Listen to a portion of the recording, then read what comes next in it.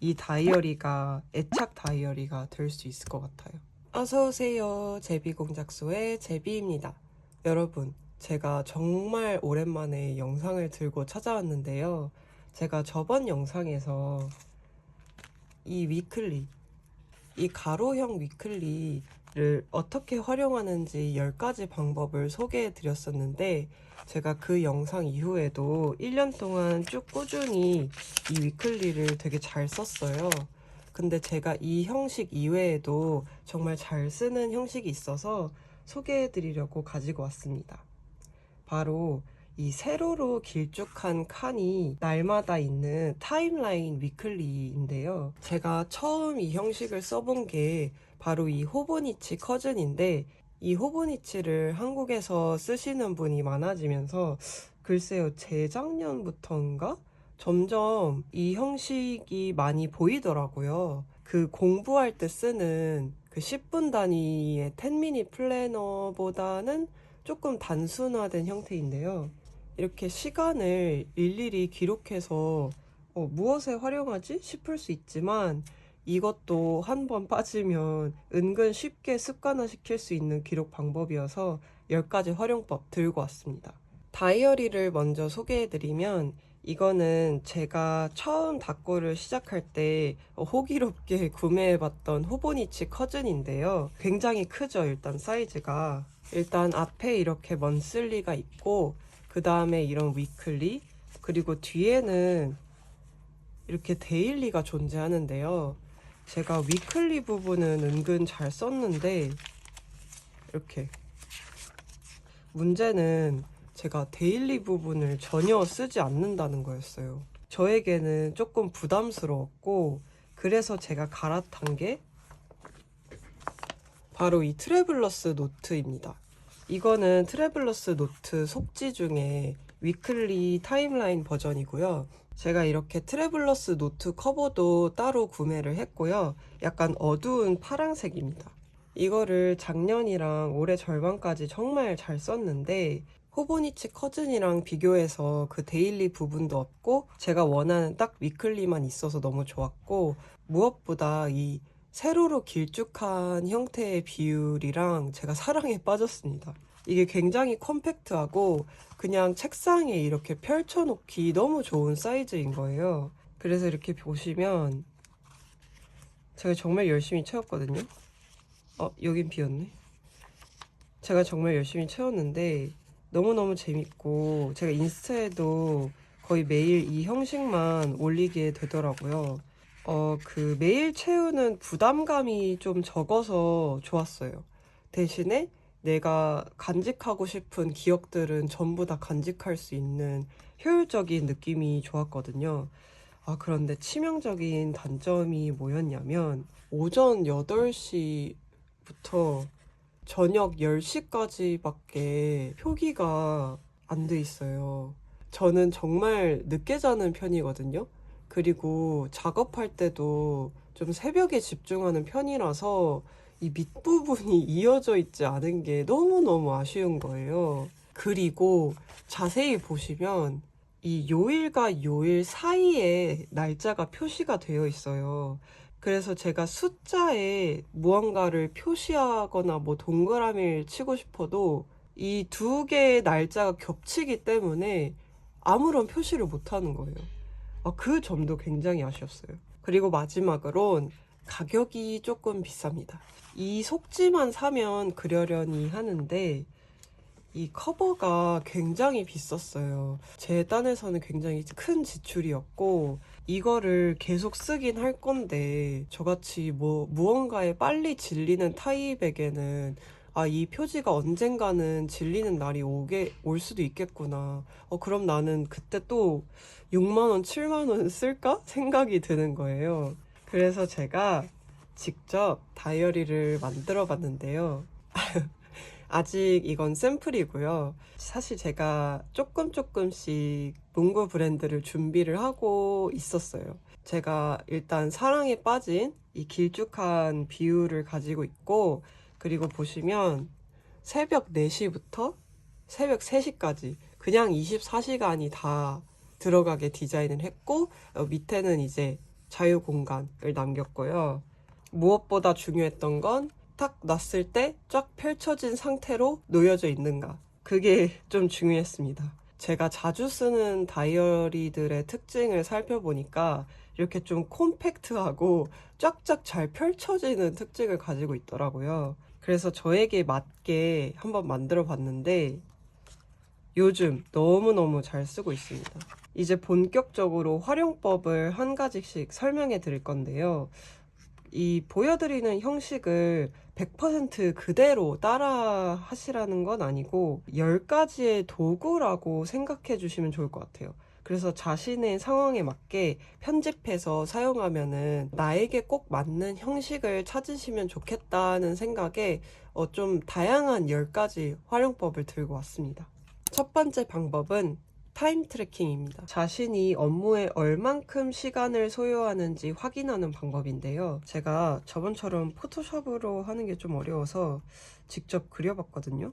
이건 제 동생의 실제 대학교 스케줄인데요. 저도 같은 학교에 같은 과를 나왔어서 과제를 하는 시간을 상상하면서 한번 써봤습니다. 일단 타임 트래킹을 하는 이유는 업무의 가치를 재확인하는 용도도 있고 내가 들이는 시간을 확인을 해서 전체 프로젝트의 시간을 효율적으로 분배하는 게 목적입니다. 예를 들어 내가 어떤 제품을 만드는데 앞에 조사랑 아이디에이션에 시간을 너무 많이 할애하면 나머지 것을 좀 급하게 진행하는 경우가 올 수도 있잖아요. 그런 경우를 대비해서 미리 시간 분배를 해보는 겁니다. 내가 100%의 시간이 있는데 뭐 20%는 조사에 쓸 거야. 뭐 아니면 적어도 50%는 이 제품의 프로토타입을 만드는데 써야 돼. 이런 식으로 미리 시간 분배를 한 후 자신의 스케줄에 끼워 맞춰보는 용도가 하나 있고요. 두 번째는 단순히 이 업무와 업무 사이의 빈 시간을 확인하는 방법입니다. 뭐 예를 들어 내가 어떤 스케줄이 있고 이런 스케줄이 있는데 이 사이에 시간이 비네? 그러면 그 시간에 무언가를 해야겠다 하면서 업무를 배치하는 그런 용도로 활용할 수 있겠죠. 그리고 제가 아까 업무의 가치를 확인하는 용도라고 말씀드렸는데 특히 그 서비스 같은 걸 제공하는 프리랜서의 경우에 자신이 자신의 업무의 가치를 매기고 그것을 기반으로 청구를 해야 하는데 시간도 그 중요한 요소로 작용한단 말이죠. 또 프리랜서로서 그 시간을 트래킹하면서 점점 효율적으로 바꾸는 방법을 연구하면 좀 이득이잖아요. 그래서 나는 뭐 프로젝트를 하는데 막판에 업무가 너무 많이 몰려서 힘든 경우가 많다 하시는 분들은 타임 트래킹 해보시는 걸 추천할게요. 두 번째는 스케줄이 일정한 분들에게 추천하는 방법인데요. 이것도 한번 써봤는데 정말 대충 썼죠. 일부러 잘 보이시라고 좀 굵은 펜으로 써봤는데 확실히 눈에는 띄네요. 일단 제가 이렇게 크게 구분 지은 선이 눈에 띄죠. 일정한 스케줄을 가지신 분들은 출퇴근 시간이 일정하다는 뜻이기 때문에 그거에 맞춰서 구분을 지은 건데요. 뭐 예를 들어 9시가 출근 시간이라고 치면 여유를 두고 8시에 선을 그었고요. 그리고 뭐 7시가 퇴근 시간이라고 상상을 하고 뭐 저녁 약속 있을 거 대비해서 여유롭게 9시에 구분선을 그렸습니다.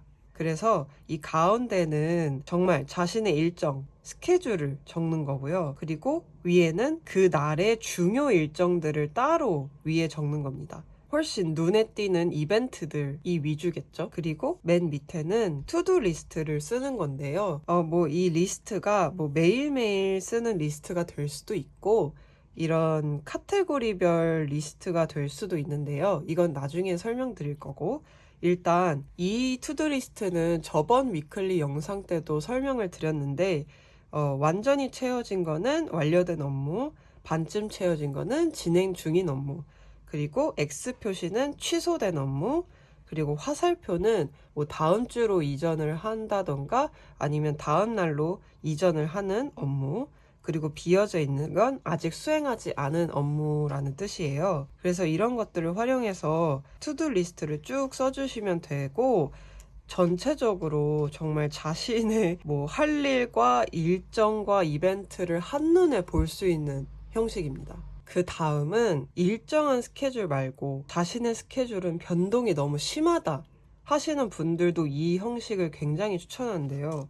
제가 그려놓은 게 또 있는데, 이런 식으로 색깔을 구분 지어서 여러 가지 일정들을 표시를 하는 거예요. 일정이 좀 변동이 많으신 분들은 뭐 예를 들어 뭐 네일 아트 샵을 운영하신다거나 뭐 타투이스트시거나 뭐 필라테스 강사시거나 이렇게 다양한 클라이언트와 시간 약속을 잡아야 하시는 분들을 특히 이 레이아웃 추천드립니다. 프리랜서도 마찬가지고요. 뭐 예를 들어 제가 뭐 필라테스 강사라고 상상을 하면서 설명을 드리면, 뭐 예를 들어 뭐 초록색은 1인 손님, 뭐 파랑색은 2인 손님, 뭐 빨강색은 단체 손님, 이런 식으로 컬러 코딩을 해주시면 복잡하게 매일 바뀌는 그런 스케줄들을 일주일에 한 번에 쫙 깔아서 확인하실 수 있다는 게 큰 장점인 것 같아요. 다음 몇 번째죠? 네 번째인가? 네 번째는 아까 그걸로 다시 돌아가야 되는데요.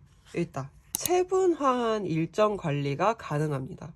그게 무슨 말이냐면, 나 자신의 일정 말고도 다른 사람의 일정을 챙겨야 하는 경우가 있으면 이게 굉장히 유용하다고 생각을 해요. 예를 들어 애완동물이 여러 명 있거나 뭐 자녀를 여러 명 두고 있거나 나 말고 챙겨야 하는 존재가 있으면 내 일정 이외에 이렇게 카테고리로 구분을 지어서 그 사람들의 일정이나 챙겨야 할 것들을 같이 일정과 적어 놓으면은 이렇게 끼워 맞추기도 좋고, 뭐 예를 들어 제가 뭐 아들, 딸이 여러 명 있다고 생각을 하면은 걔네들의 학원이 끝나는 시간이 다 다를 거 아니에요?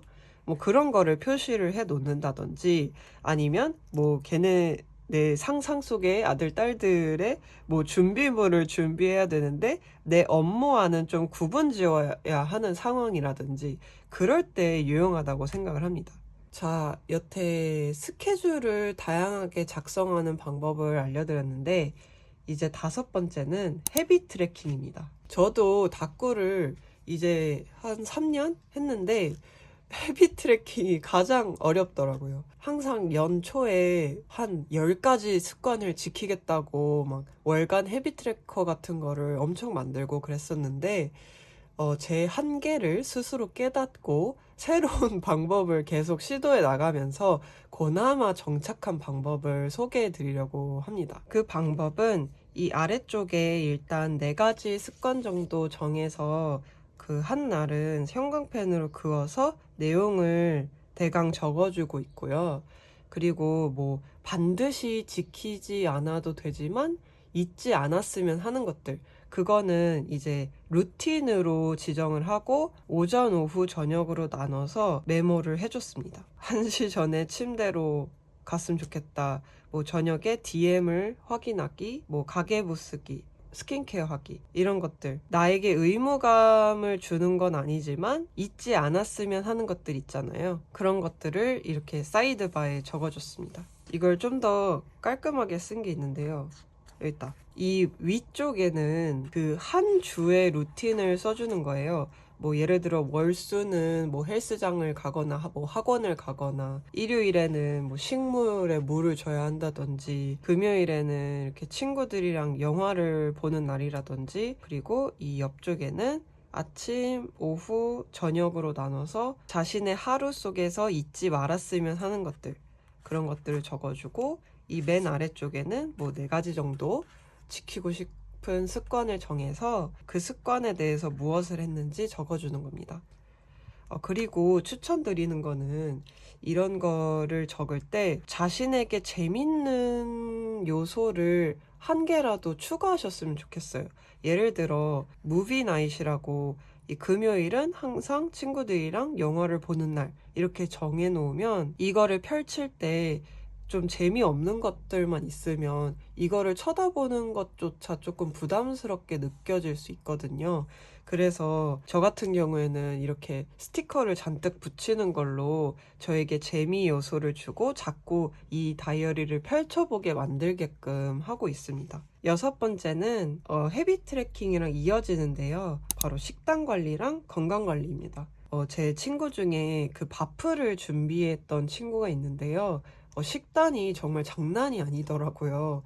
뭐 그 친구가 하는 것처럼 빡세진 않더라도 다이어트 하시는 분들 뭐 정해진 칼로리를 옆에다가 쓰고 뭐 그날 먹은 것들을 기록해 준다든지 어떤 날은 뭐 어떤 운동을 했는지 그런 걸 기록해 주는 활용법이고요. 그리고 이 레이아웃이 뭐 물론 식단이 한눈에 잘 보이는 것도 있지만 그 수면 트래킹 할 때 굉장히 효과적이거든요.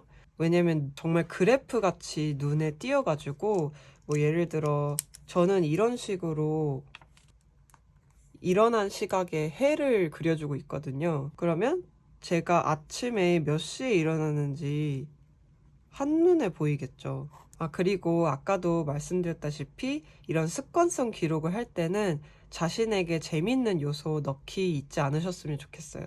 예를 들어 치팅데이에는 뭐 정말 화려하게 꾸며준다든지 뭐 그 음식 사진을 붙인다든지 그러면서 이거를 자주자주 펼쳐볼 수 있도록 의욕을 불어넣고, 그리고 이거를 시작하실 때 자신의 일상을 그냥 180도 뒤집는다라고 생각하지 마시고 자신의 원래 일정 속에 그 습관을 아주 조금씩 집어넣어 보자라는 마음으로 시작하셨으면 좋겠습니다. 자, 다음 벌써 7번째인가요? 자, 7번째 방법은 이 숫자들을 깡그리 무시하는 겁니다. 예를 보여드리면 바로 업무를 카테고리화 시키는 방법인데요. 이건 정말 그냥 숫자를 무시하고 그은 선들이거든요. 대신 이 세로로 길쭉한 형식을 최대한 활용해서 이 맨 위에는 메인 일정을 적어주는 칸이고요. 그 다음에는 내가 뭐 여러 가지 일을 한꺼번에 하고 있거나 여러 가지 프로젝트를 한꺼번에 하고 있을 때 그것들을 한 가지 투두리스트 속에 섞어서 쓰면 좀 복잡할 수 있기 때문에 이렇게 그룹화를 시켜놓은 겁니다. 뭐 예를 들어 뭐 내가 사업을 하는데 그 메인 업무가 있을 거고, 그리고 뭐 소셜 미디어에 홍보를 해야 된다. 그럼 그것도 트래킹을 해야 하잖아요. 뭐 소셜 미디어 칸을 만들거나, 그 다음에는 뭐 업체 미팅만 따로 빼서 보고 싶다. 그럼 또 업체 미팅 이렇게 따로 카테고리를 하고, 뭐 예를 들어 집안일도 내가 담당을 하는 게 많다. 그럼 맨 밑에 뭐 집안일 같은 걸로 쓸 수도 있겠죠. 그러면은 한 페이지에 전부 있는데 제가 보기 굉장히 편하겠죠. 그리고 이 다이어리가 아니더라도 이렇게 세로 형식의 그 위클리가 종종 보이더라고요. 그래서 그거를 나눠 쓸 수 있다는 거 알아두셨으면 좋겠습니다. 자, 다음은 그냥 이 구분 없이 그냥 쭉 투두 리스트를 쓰는 방법인데요. 제가 이렇게 한번 예시를 써봤는데, 예를 들어 내가 이사라는 큰 프로젝트가 있다. 그러면은 일단 맨 위에는 아까와 마찬가지로 일정을 써주시고요. 그리고 이 세로의 한 칸을 카테고리 하나로 보는 거예요. 그래서 뭐 내가 부엌을 오늘 하루 정리를 끝내버리고 싶다. 그러면 부엌에 대한 거를 쭉쭉쭉쭉 투두리스트를 쓰시고, 그리고 그걸 정리하는 와중에 뭐 중고품으로 팔 것들을 따로 빼놔야 되잖아요. 그래서 그것도 써주시고, 아니면 버릴 것들 그런 것도 쭉쭉쭉 써주시고, 그래서 길쭉한 칸 하나를 카테고리로 보시고 여기에 국한되지 않고 또 나눌 수도 있겠죠. 그리고 뭐 이 프로젝트를 수행하는 와중에 잊지 말아야 할 것들을 따로 빼서 이쪽에 배치해 줬습니다. 9번째는 제가 지금 하고 있는 건데요. 아까 헤비 트래커랑 좀 섞어서 쓰고 있는데 바로 메모리 키핑이라는 방법입니다. 정말 단순히 내가 그날 뭘 했는지 시간별로 적어주는 방법이에요. 소소한 기억 도우미라고 생각하시면 될 것 같고, 물론 추억을 쌓는 그런 소중한 기록이 될 수도 있지만, 뭐 예를 들어 뭐 내가 택배를 언제 받았는지, 그래서 반품은 언제까지 할 수 있는지, 이런 정말 소소한 것들 있잖아요. 저는 정말 그런 걸 기억을 못 하거든요. 언제 가장 도움을 받았냐면, 뭐 가계부를 쓰거나 이번 달에 카드를 뭘 썼는지 앱으로 확인을 할 때 회사 이름들이 좀 애매모호하게 쓰여져 있는 경우가 있어요. 그러면은 저는 어떤 곳에 돈을 썼는지 기억이 잘 안 난단 말이죠. 그때 제가 그날 한 기록을 보면서 기억을 상기시켜 주는 거예요.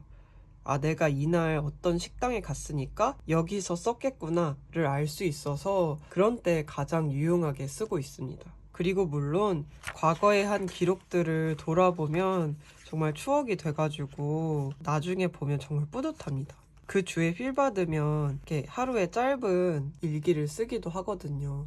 저는 긴 줄글 일기는 자주 쓰지 않아서 이런 짧은 일기를 쓸 때 이게 되게 유용했습니다. 자, 마지막 10번째는 메모리 키핑의 연장선인데요. 바로 여행 계획과 기록입니다. 제가 올해 유럽에 3개월 동안 장기 여행을 다녀왔거든요. 사실 사진을 많이 찍지만 그 지역의 이름이라든지 뭐 맛있었던 레스토랑의 이름 같은 거는 잘 기억을 못하기 때문에 날짜별로 기록해주면은 정말 도움이 되더라고요. 갤러리나 박물관 이름 같은 것도 워낙 새로운 언어고 또 새로운 지역에 가다 보니까 그런 세세한 이름들을 놓치는 게 너무 아깝더라고요. 그래서 이렇게 쭉 기록을 해줬는데 다녀온 지 얼마 되지 않았지만 이걸 읽으면은 다시 그때 기억이 새록새록해요. 진짜 이런 박물관 이름 같은 거 적어놓지 않았더라면 그냥 평생 기억 속에서 잊혀졌을 것 같아요. 저는 기록 용도로 사용했지만 물론 계획 용도로도 정말 유용하고요. 평소에는 이런 일정 스케줄 관리하시다가 단기로 여행 가실 때 이런 식으로 기록해 보시면 정말 추억이 되고 이 다이어리가 애착 다이어리가 될 수 있을 것 같아요.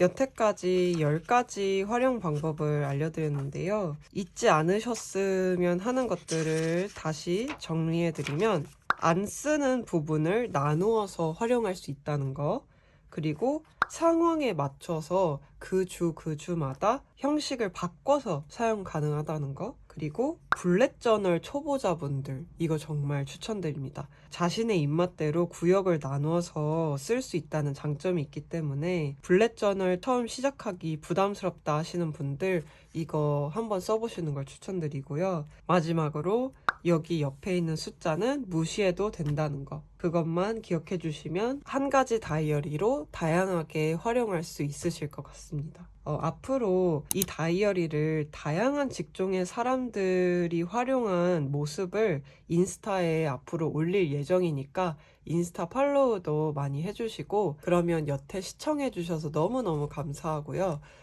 궁금하신 점 있으면 댓글 남겨주시고 저희는 다음 영상에서 만나요. 안녕.